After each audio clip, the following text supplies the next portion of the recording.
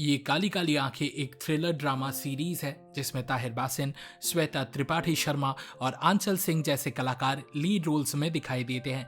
इस सीरीज को सिद्धार्थ सेनगुप्ता ने क्रिएट किया है। इस हफ्ते इस सीरीज का सेकंड सीजन रिलीज होने वाला है, तो चलिए जल्दी से सीजन 1 का एक रिकैप कर लेते हैं ताकि आपको एक हैसल फ्री व्यूइंग एक्सपीरियंस मिल सके। ऐसे ही दूसरे वीडियोस देखने के लिए और हमसे जुड़े रहने के लिए चैनल को सब्सक्राइब कीजिए और वीडियो को लाइक और शेयर करना ना भूले। Thank you. और एक ह्यूज स्पॉइलर वार्निंग के साथ लेट्स मूव ऑन। कहानी विक्रांत से शुरू होती है जो बताता है कि 3 चीजें एक आदमी की जिंदगी को बर्बाद कर सकती है: पैसा, पावर और एक औरत। उसे न पैसे का शौक था न पावर का, लेकिन एक औरत उसकी जिंदगी में आई और उसे बर्बाद कर दिया। सीरीज की शुरुआत में हम एक थके हारे विक्रांत को देखते हैं जो अपने दुश्मनों पर गोली चला रहा होता है और अपनी जिंदगी की कहानी सुना रहा होता है। यहाँ से फ्लैशबैक शुरू होता है जहाँ हम विक्रांत के स्कूल के दिनों में जाते हैं, वही स्कूल जहाँ पूर्वा जो एक पॉलिटिशियन अखिराज अवस्थी की बेटी थी वो भी पढ़ती थी। अखिराज जिसे लोग विद्रोही कहते थे, अपने पॉलिटिकल क्राइम्स और मर्डर्स के लिए बदनाम था। पावर में बने रहने के लिए वो कुछ भी करने को तैयार रहता था। उसका दाहिना हाथ धर्मेश हमेशा उसके साथ रहता था। विक्रांत की जिंदगी की प्रॉब्लम्स तब शुरू हुई जब वो 7 साल का था और पूर्वा उसकी जिंदगी में आई, और तभी से विक्रांत के साथ कुछ न कुछ गलत होने लगा। पूर्वा की नजर उसके लिए अनलकी थी। जब पूर्वा अपने शहर से चली गई तब विक्रांत की जिंदगी थोड़ी नॉर्मल हुई। उसने एकेडमिक्स में परफॉर्म करना शुरू किया और इंजीनियर बनने के अपने सपने को फॉलो किया। कॉलेज के दिनों में उसकी मुलाकात शिखा से हुई। दोनों ने एक छोटी सी दुनिया बसाने का सपना देखा, लेकिन ये सपना ही रह गया। विक्रांत अपने विलाई स्टील प्लांट के अपॉइंटमेंट लेटर का इंतजार कर रहा था। तब उसके अकाउंटेंट बाप जो अखिराज के लिए काम करते थे, उन्होंने उसे एक बार अखिराज से मिलने को कहा। विक्रांत का बाप अखिराज का अंधभक्त था क्योंकि अखिराज ने उसके परिवार की मदद की थी। अपने मालिक के ऊपर लगे इल्जाम उसके पिता को कभी बॉदर नहीं करते थे क्योंकि उनके लिए अखिराज भगवान के बराबर था। विक्रांत ने सोचा था कि वो सिर्फ अखिराज के घर एक बार जाएगा और उनकी जॉब ऑफर को रिजेक्ट कर देगा। उसने अपने बाप की तरह पावरफुल लोगों का चमचा बनने से इनकार कर दिया और अपनी जिंदगी अपने दम पर बनानी चाहिए। लेकिन जब वो अखिराज के घर गया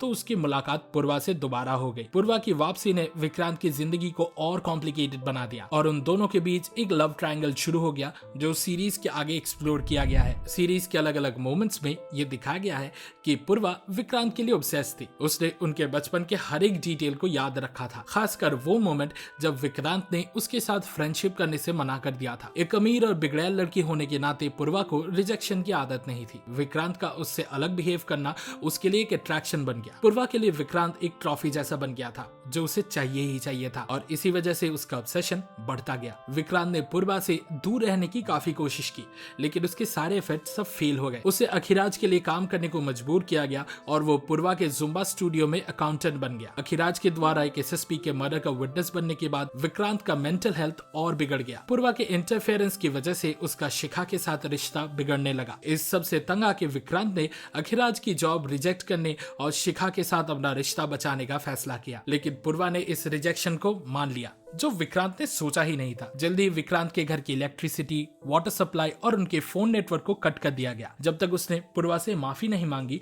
और जॉब वापस एक्सेप्ट नहीं किया। बदला लेने के लिए विक्रांत ने मीडिया को एसएसपी के डेड बॉडी की इंफॉर्मेशन दी। खबर चारों ओर फैल गई और अखिराज के लोग समझ गए कि ये काम विक्रांत का ही है। विक्रांत ने अखिराज को बताया कि उसकी एक लव थी और वो पूर्वा से शादी नहीं करना चाहता। अखिराज ने शिखा के बारे में पता लगाया और अपने गुंडों को उसका मर्डर करने भेज दिया। शिखा अपनी जान बचाने के लिए भागी और कुछ घंटों बाद न्यूज चैनल्स ने एक औरत की कटी हुई बॉडी पार्ट्स एक डैम में मिलने की रिपोर्ट दिखाई। विक्रांत को लगा कि वो शिखा की बॉडी थी क्योंकि उसके हाथ में वही एल्यूमिनियम की अंगूठी थी जो उसने शिखा को दिया था। विक्रांत बिना स्विमिंग जाने ही पानी में कूद गया और उसके बाद उसे अखिराज के आदमियों ने बचाया। कुछ दिन बाद उसकी शादी हो गई और पूर्वा को मारने के लिए विक्रांत ने सौगंध खा ली, लेकिन शादी की रात उसे पता चलता है कि शिखा जिंदा है। वो गुंडों से किसी तरह बच गई थी और डैम में किसी और की ही बॉडी मिली थी। विक्रांत और शिखा एक बार फिर मिलते हैं, लेकिन धर्मेश और उसके गुंडे उन्हें इंटरप्ट करते हैं। शिखा की सुरक्षा के लिए विक्रांत उसे बस स्टेशन ले जाता है और दिल्ली भेज देता है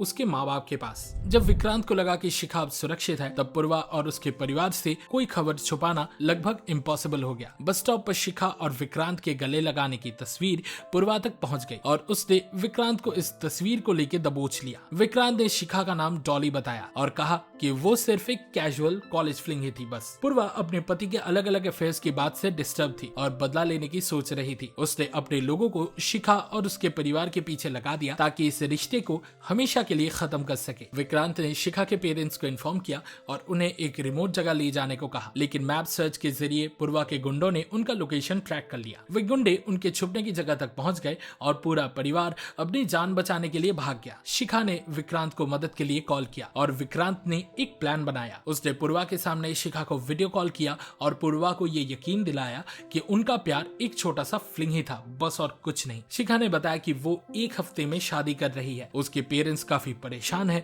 और उसने विक्रांत से मिलने के लिए माफी भी मांगी है। पूर्वा ने उसकी माफी मान ली और अपने गुंडों को उनका पीछा करना छोड़ने का ऑर्डर भी दे दिया, लेकिन एक ही शर्त थी। पूर्वा चाहती थी कि वो शिखा की शादी में शामिल हो ताकि वो अपने हैरेसमेंट के लिए माफी मांग सके। शिखा ने सच में शादी करने का फैसला कर लिया और विक्रांत और पूर्वा को इनविटेशन भी भेजा। विक्रांत समझ गया कि वो अपना प्यार खोने वाला है और उसने अपनी पत्नी और उसके परिवार को मारने का फैसला किया। उसने इंटरनेट पर भाड़े के कातिलों के बारे में सर्च किया और अपने कॉलेज सीनियर से कांटेक्ट किया जो डार्क वेब में सर्फ करना जानता था। विक्रांत ने अपने कॉलेज सीनियर से मदद मांगी, लेकिन अपनी आइडेंटिटी रिवील नहीं की।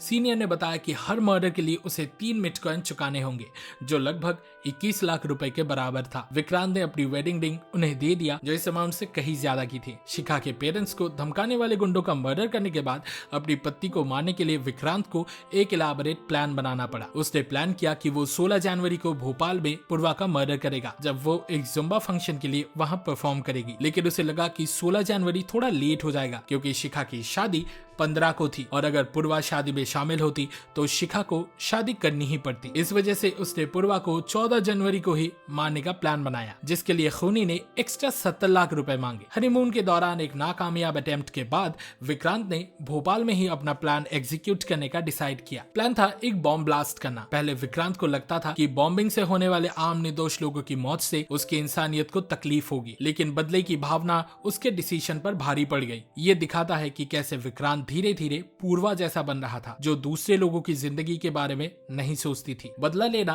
उसका अल्टीमेट गोल बन गया, जैसे कि पूर्वा के लिए विक्रांत था, और वो अपने ह्यूमैनिटी खो बैठा। कातिल ने विक्रांत को ये सलाह दी कि वो अपनी पत्नी के साथ रोमांस जारी रखे ताकि किसी को उसके बेवफाई पे शक ना हो। विक्रांत ने पूर्वा की खुशी के लिए सब कुछ किया। उसने ये भी अनाउंस किया कि वो उसके साथ बच्चे चाहता है। पूर्वा ने ये खुशी अपने पिता के साथ शेयर की, जो इलेक्शन में प्रॉब्लम्स के बावजूद काफी खुश था। हनीमून का प्लान कम से कम पूर्वा और उसके परिवार का ट्रस्ट जीतने के मामले में सक्सेसफुल रहा। प्लानिंग के बीच वेयरहाउस जिस पे पार्टी फंड मौजूद थे उसमें आग लग गई। पार्टी ने मान लिया कि ये ऑपोजिशन का काम था। सिर्फ जुम्बा क्लास का फंड बचा था जो पूर्वा ने अपने वार्डरोब में रखा था, लेकिन उस बैग से 70 लाख रुपए मिसिंग थे। ये पैसे विक्रांत के बाप ने चुराया था ताकि अपने बेटे को उस कातिल का पेमेंट करने में मदद कर सके। उन्हें इस पैसे की जरूरत का पर्पस नहीं पता था। उन्होंने सिर्फ अपने बेटे की मदद की जब विक्रांत ने उनसे रो रो कर पैसे मांगे। विक्रांत ने वादा किया था कि वो पैसा वापस कर देगा। विक्रांत के बाप ने पैसा चुराने की बात से इनकार कर दिया, लेकिन वेयरहाउस की सीसीटीवी फुटेज में उन्हें अंदर जाते देखा गया था। पूर्वा ने विक्रांत को इसके बारे में बताया और उससे कहा कि वो अपने बाप से बात करे। विक्रांत ने पूर्वा से थोड़ा वक्त मांगा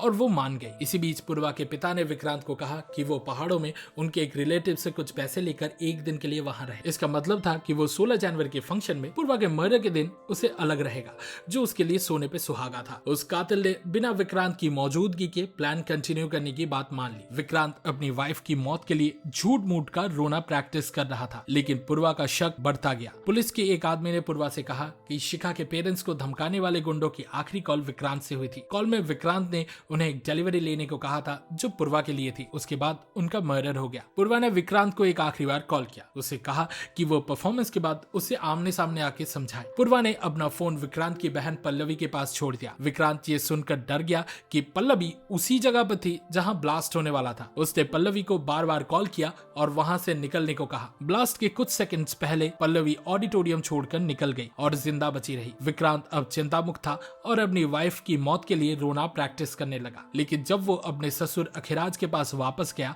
तो वो कॉन्फिडेंट था कि पूर्वा अब नहीं रही, लेकिन अखिराज ने उसे बताया कि पूर्वा को किडनैप कर लिया गया है। विक्रांत हैरान था क्योंकि उसे लगा कि कोई उसके साथ मजाक कर रहा है। फोन बजा और किडनैपर ने अखिराज से कहा कि फोन विक्रांत को दे। एपिसोड के अंत में रिवील होता है कि कातिल जिसे विक्रांत ने पूर्वा को मारने के लिए हायर किया था उसी ने ही पूर्वा को किडनैप कर लिया है। कातिल ने ये जान लिया था कि पूर्वा अखिराज की बेटी है और उसे जिंदा रखने पर वो उनसे और भी ज्यादा पैसे ऐंठ सकता था। अब विक्रांत को अपनी वाइफ को बचाने के लिए 99 करोड़ से भी ज्यादा अमाउंट चुकाने पड़ेंगे। ये काली काली आंखें सीजन 2 में शायद और edge of the seat moments और कोइंसिडेंसेस हो, लेकिन लगता है अब की बार विक्रांत का बचना मुश्किल है।